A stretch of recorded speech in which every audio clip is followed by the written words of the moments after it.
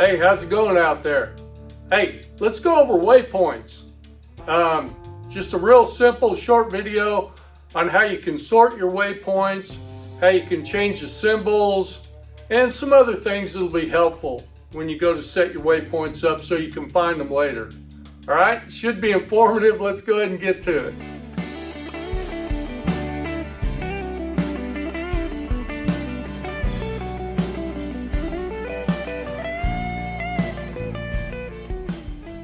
Alright guys, so to go over the waypoints a little bit today, from your home screen you can get to your waypoints by going to Navigation Info and then Waypoints. From there, that shows you all your waypoints that you have stored. And then there's some functions from here you can use. If you go to the menu, you can sort by name, which let's get down here. I've got a bunch of them from doing these videos, so but anyway, you can see I've got a bug bee is BB. There should be some BWs coming up here pretty soon, but anyway, it puts them in alphabetical order. The other way you can sort them is by distance. So if you're in an area and you want to see what's closest to you, you want to see if there's rocks or roadbed, ledges, you can take a look at the closest objects to you. Or you can sort by symbol. And here you can see that gives me all my points.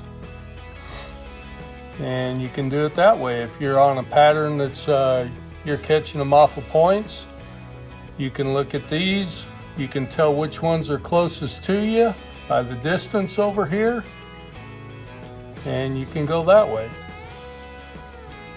Now when you find one, you just click on it and you can navigate to, and you can go to, and then it'll set up on your map. I'm in my shop with the door closed, so it doesn't know where I am. I think it's thinking I'm somewhere in Florida. Navigation info, waypoints, and we're back where we were. All right, you can also sort by the symbol, or you can filter it by the symbol. And this is kind of neat. You can, like I've got some blue pins that I mark creek channels with. You can see there, I've got Blue West Creek. I got a ditch. So you can do it like that. Or you can search. If I want to look for, let's see, Lake Welsh.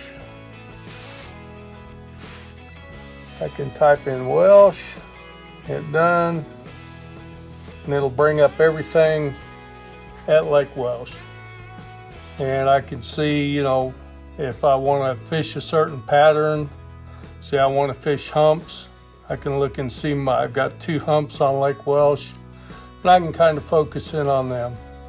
Again, if I want to go to one of them, just go like that, navigate to, go to, and it'll take me to that destination. So it's a good feature. So if you wanted to change a symbol on a waypoint, or when you're putting a new waypoint in, let's get one of these that, there we go. One of these I don't care about. Go to Edit Waypoint, and you can edit the symbol. And from here you've got all your different menus of symbols you can put in there. And there you can see I just changed that symbol. You can give it a different name if you like. Comes up here and we'll call it Test. And hit done.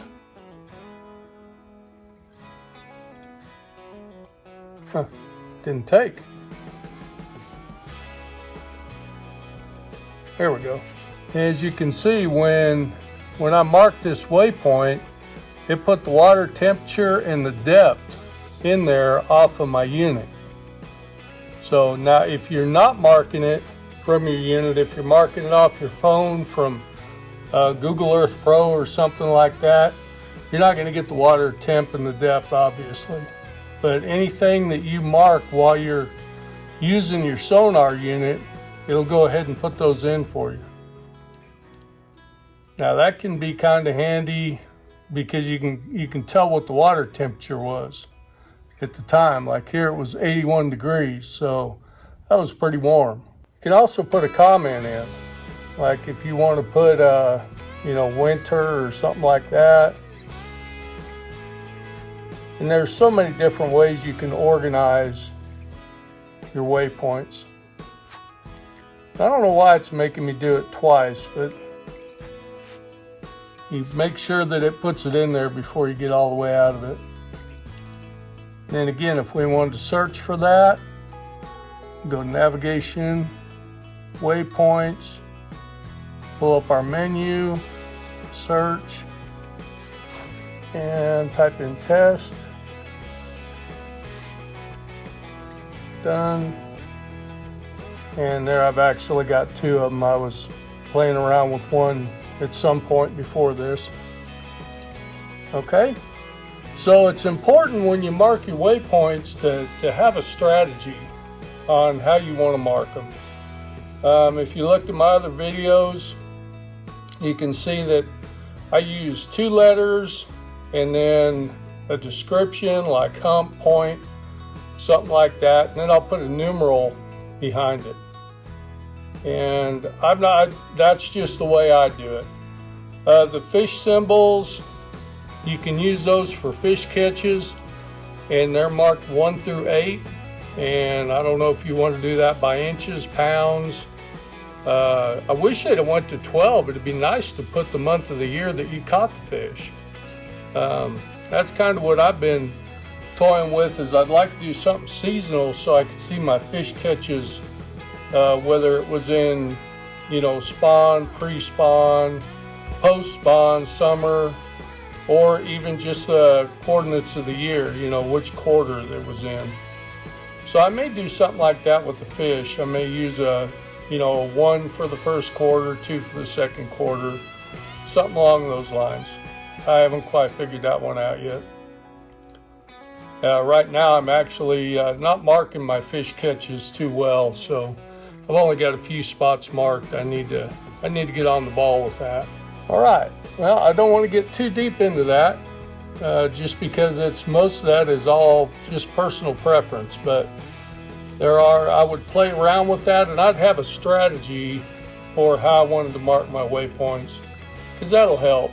All right, hey, we'll see you on the next one, guys. If you enjoyed this video, hit like and subscribe. Let's get out on the water and have a great day.